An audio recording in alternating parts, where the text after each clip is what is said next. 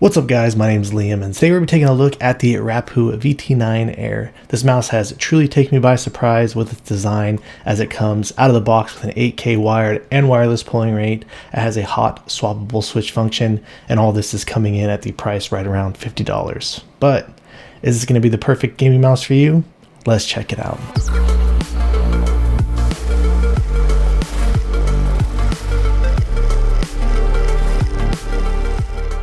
And before we get started, I did want to let you know that this was sent out to me. However, everything you're going to be hearing in this video is going to be my own words and my own opinions. Included inside the box, you do get an extra set of skates, a USB-C cable. This does come with the nano receiver, and this is the receiver adapter.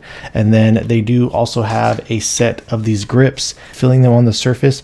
I'm not sure what kind of material this is made out of. It almost feels kind of like a cardboard or something like that. And they actually do feel quite a bit slippery. They actually feel a little bit more slippery than the actual plastic shell to me. They do have this skate design here. I'm not really a fan of it. I have talked to them in the past. I do kind of wish they would just go with a single unit down here in the bottom and on the top and keep it kind of a larger size. That way you could swap out to any type of dot skates or aftermarket skates of your choice if you decided that you wanted to do so. But aside from that, they do have storage down here for the receiver itself. You do have the on and off switch right here as well. And as you can see, these skates that do come included on this, not exactly a fan of them. They are these white dyed, harsher style PTFE skates. But coming over to the top, this is just a plastic shell filling case. It looks really cool, but there is not any type of additional coating on here. So it just has that plasticky style filling to it. So the entire time I was using this in game, it does feel really solid. I didn't come across any issues with it myself personally. I was going in and stress testing it. If you're to push on the shell really hard, you do get some creaking and it does have some bend and give to it. But again, this is only something that became an issue or became apparent if I was squeezing on it really hard. One thing, however, that is very impressive with this is the internal layout design. It's incredibly clean looking. The bottom PCB, as you can see here, is just this one piece. Then if you were to look at the top of the shell, the switches are actually stored up here on the top, and they do have this easy swap function. This does come included with Omrons in it, and they feel all right. They're a little bit heavier and clickier than something like the Huano Blue Shell Pink Dots, but with the click implementation in this, it does feel pretty good. If you're clicking from the center here, you get a little bit of play, not a whole lot, and then a pretty solid click. So the pre and post travel isn't too bad.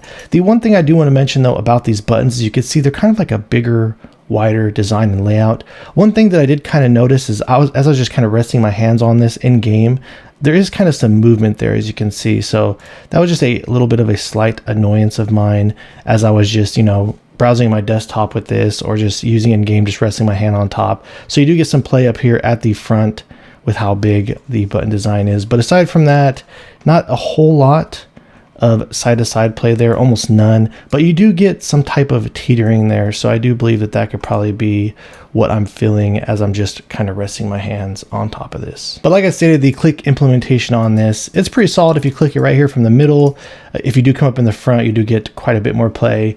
And though I doubt anybody would play up here at the very top, it does get a bit more stiff if you're to actuate the buttons more from the rear. The scroll on this does feel pretty lightweight. I do feel like the steps on this are very light, but you can somewhat feel them there. And the center scroll click a little bit on the stiffer end, but nothing wrong with activating it or using it in game. And it does have a rubberized ring here in the middle that is pretty grippy. And as for the side buttons, there definitely is some room for improvement here. You do get a bit of play on them, especially back here if you activate them from the rear. So you can see there a little bit of pre-travel. The post-travel is not bad on them. You actually do hit a solid wall, but the only one real thing about these is there is quite a bit of play left to right. So you can kind of rock these side buttons around pretty easily and freely. So definitely something that they could work on improving in the future. So let's go ahead and drop the click and quality sound check.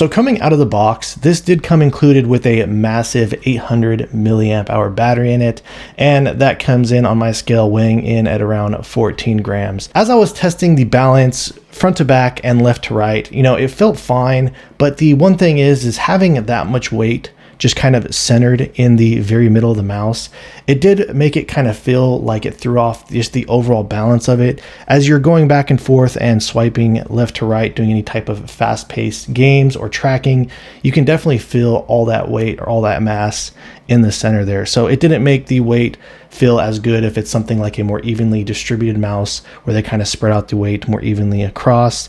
But that's just kind of something that comes with when you're using such a big battery like that. And with that battery in this mouse coming out of the box, I think it came in around 61, 62 grams, something like that. I did mess around with modding this, and even if I were to throw something like a 250 milliamp hour battery in this that weighs around 6 grams, it does drop the overall weight of the mouse down to 53.4 grams. If you were crazy and wanted to go something smaller like a 150 milliamp hour battery, that could knock off another 2 to 3 grams. And it's not so much that there's that much of a difference in the weight, it's just that it does help out a lot with just the overall balance and the feeling of the mouse in hands. And when it comes to the software, pretty straightforward and simple stuff, and it is pretty apparent that also in the software that they're trying to do things that are a little bit more different and unique. On this first tab, simple stuff, you can just simply change the DPI. On this next tab, there's some pretty cool features. It does allow you to adjust the pulling rate on here. They do have a debounce setting, not just on the press, but you can also adjust the bounce on the release as well. So I did find that to be pretty cool, but the lowest you can drop both the press and release on the debounce is 1 millisecond. And on top of that, they've fine-tuned the liftoff distance so you can adjust this in 0.1 millimeter increments. So these are the settings that I've been using on this mouse, and this is what seems to work best for me in my gameplay. So another really cool feature about this mouse is the fact that it does allow you to have an 8K pulling rate, both while using the mouse wired and wirelessly. As I was running this on my XLAT to test out the performance, I did kind of find these numbers to be a little bit on the higher end. When it comes to the 8K and the 4K performance, I pretty much was getting the exact same click latency out of them. I did notice the numbers to drop just a little bit when I switched to the 2K or the 1K pulling rate, but the 8K and the 4K were sitting right around 3 milliseconds. And when I did plug this in wired after I was testing it with the 8K wireless, I did notice that the latency numbers did drop a little bit more. And when it comes to the shape, I've already covered this shape in my Rapoo VT9 Pro video, so I will go ahead and put a link down in the description below if you're interested in looking to some of the shape comparisons when I compare this to other mice. Everything about these two mice are pretty much the exact same, except for the fact that they did make a few minor changes. So the skate design, they did make the skate design a little bit smaller on the Air, probably to save weight. Another thing that they did do is the right button up here was just all one piece, and they did kind of add this solid piece right here. And I do really like the design of these buttons when they do raise the sides up. I'm not really so into this open design. I did mention in my original review that this could kind of pinch your fingers at times when you're clicking that button. So that was a good change that they did there. I do think it'd be beneficial if they raised it up too on this side, but not that big of a deal. But everything else about it, the side buttons and all that is the same. The one thing that they did change, however, on the shape, when you put these together, they do feel the exact same, except for the fact that this did stick out a little bit longer in the back. So they just kind of made the back of the mouse a little bit shorter.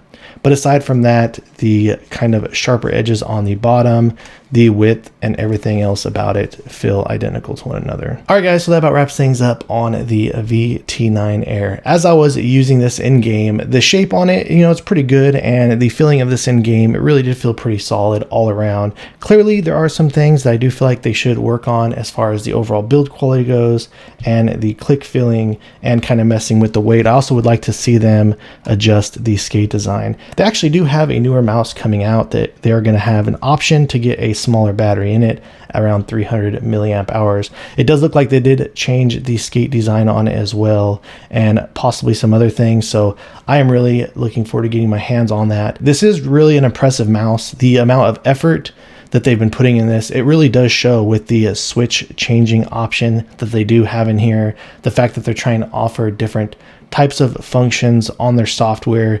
You can use this both 8K wired and wirelessly. So I think that's all really great stuff, and they're definitely moving in the right direction. If they can just button up a couple of these other things, it would be very promising. And one last thing I forgot to bring up is the one thing that I'd also wish that they'd kind of change is you have a screw underneath each one of these skates. So even when you were to go and try and swap out these switches, it is kind of a pain that you have to remove every single one of these skates in order to take out a screw to do so. So if they can kind of change up the screw design to where you didn't have to remove the skates or put holes in the skates or something like that, that would definitely make it a lot easier to use. But that about wraps up everything that I felt like I wanted to say about this mouse. And like I said, coming in at $50, it's very clear that the competition is heating up out there. So if you have any questions or feel like I left anything out, please let me know down in the comments below. Aside from that, if you've enjoyed watching this video and are interested in seeing more videos like this in the future, please drop this video a like and subscribe to my channel. And thank you guys so much for watching. I look forward to seeing you in the next one.